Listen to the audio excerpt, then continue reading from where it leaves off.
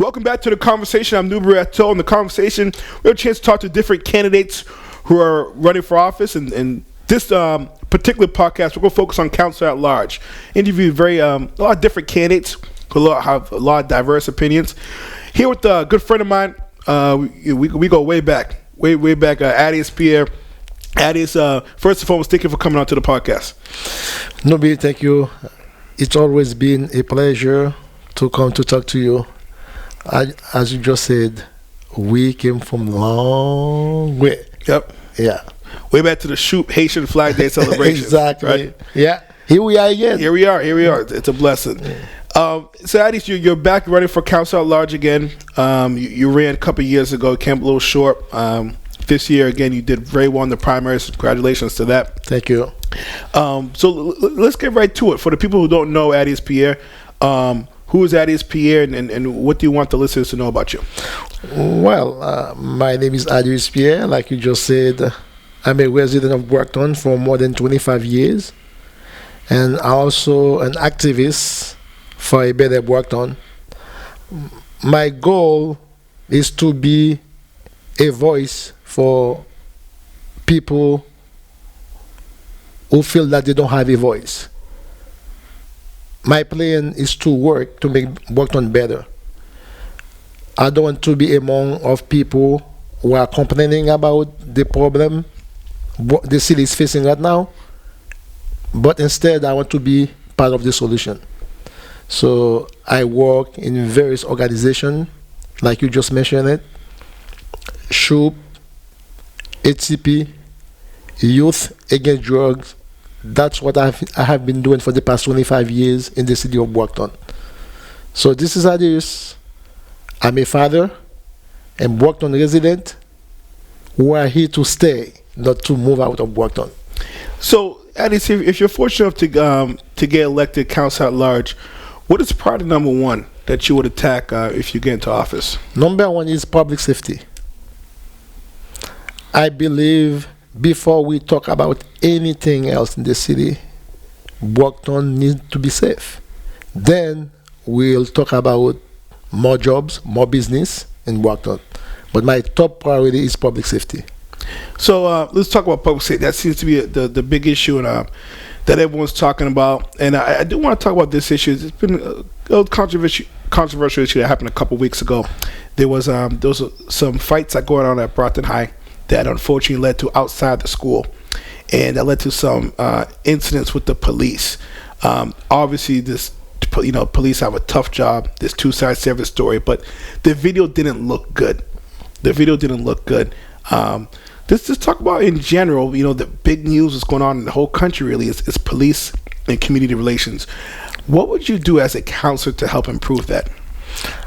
I believe the relationship between the police and the community needs to be improved.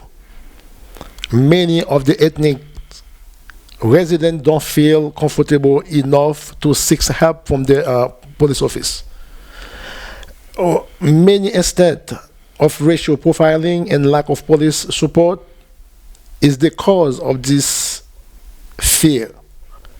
Community policing is the great tools to strengthen the relationship between the police and the community. That's why public safety is my main priority. Overall, when you watching television to see what's going on the country, something needs to be done. Absolutely. No, it's funny. This is a personal issue for me because I did a film on policing. So I was talking to a few officers in Boston. One thing I wish that they were able to implement here in Brockton was just for officers on a daily basis to have access to some type of mental health, because they see things that we probably don't see. They see bodies, they see domestic violence, and then they go back home like nothing happened. Maybe they should be able to have access to talk to somebody. That's something that I would like to see going forward in the police department. Just having access to talk to someone if something like that happened. The officer goes through trauma too. So things like that. Definitely. One thing I learned from the police academy. Now you're in the work for the Plymouth Sheriff. Exactly, I am. I'm pretty sure you see things that I wouldn't want to see. Every day. every day. And you just mentioned it. That's why they have a something called debriefing. When something major happen, you need to talk to someone because it has an impact on your health as well. It's a big responsibility to be a police officer. But at the same time, what I said to my fellow police officers who risk their lives every day in the street to protect and save us, to realize before you become a police officer, you're either a mother, a sister, a cousin, a brother, a father, and remember too, you used to be a teenagers. Once you put all those perspective in action, you will say, okay, you know what? I know I have to enforce the law, but I'm still a human. At the end of my shift, I have to go home to my wife, to my brother, to my sister, to my husband, to my kids. Let's treat everybody with the same respect as a human.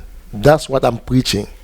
So, talk about your public safety background, and you have extensive experience in that. Talk about what you do on a daily basis. I know you take out kids a few times a year. Yes. Just talk about that.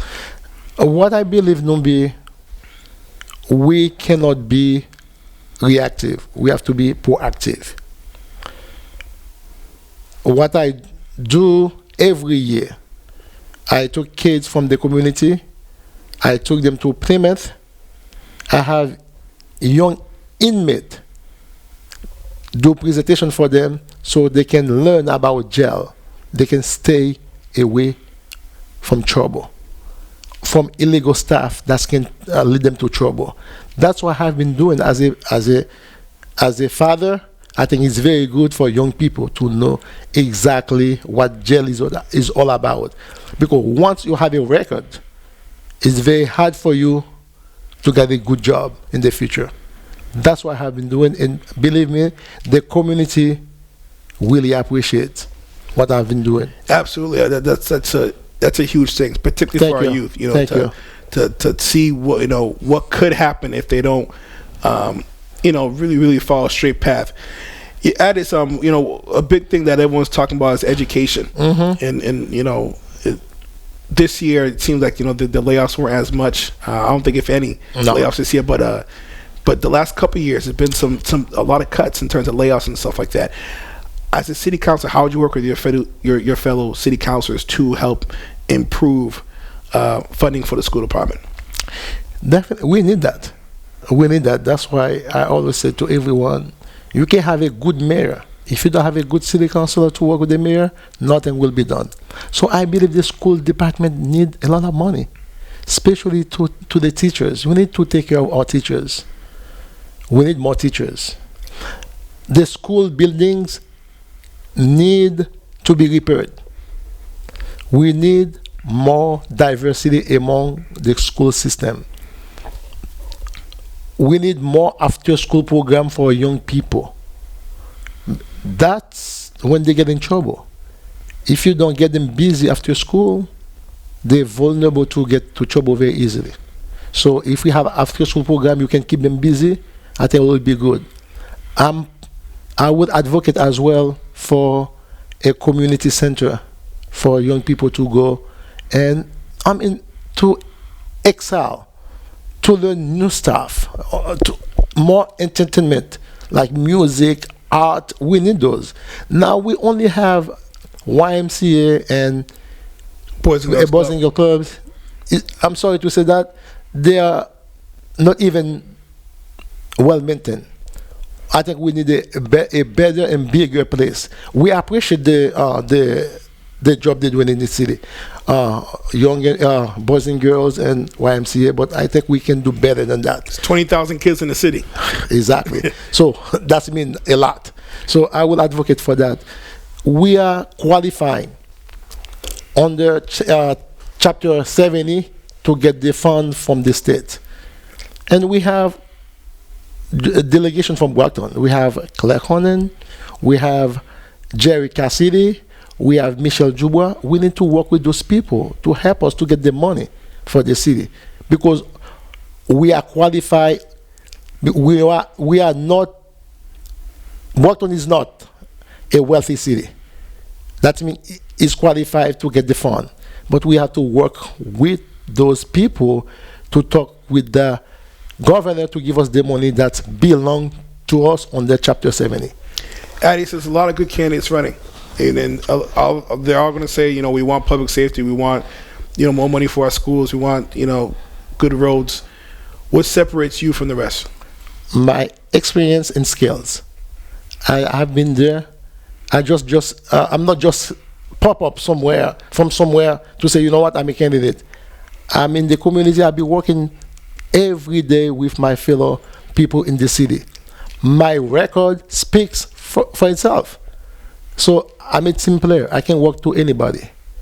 I can make things happen for a better Brockton. That's why I think I'm better than anybody else, because I believe in myself. I'm working very hard every day.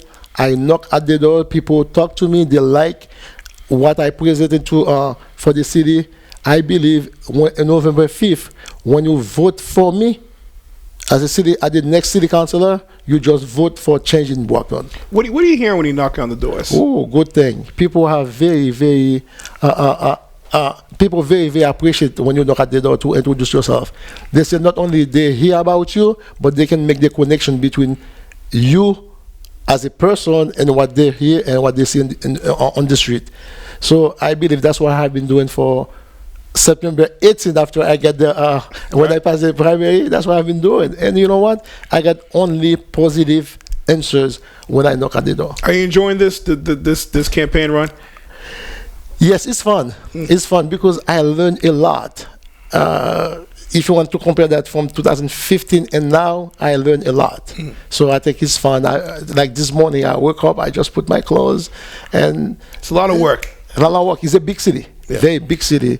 But you know what? I think I'm going to win because my message is clear, and people believe in my program for Brockton, and I'm not moving out of Brockton.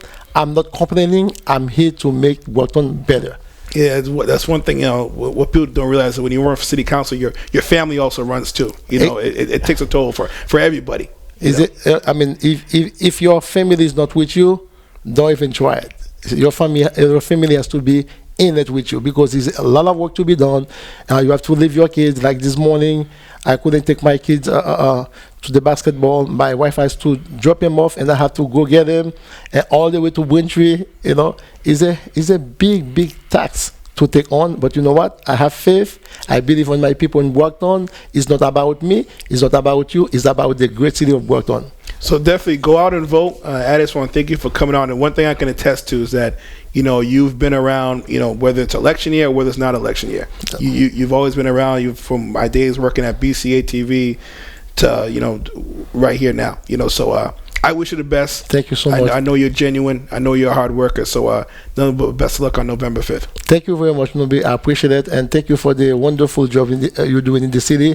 Thank you for all the media, because without you guys, we don't have a voice as a candidate. Thank you so much. We also want to give a voice to the voiceless, right? So exactly. That's what we want to do. Yeah, you've been doing very well, Nobi. So good luck, Adius, and we'll be in contact. Thank you so much. All right.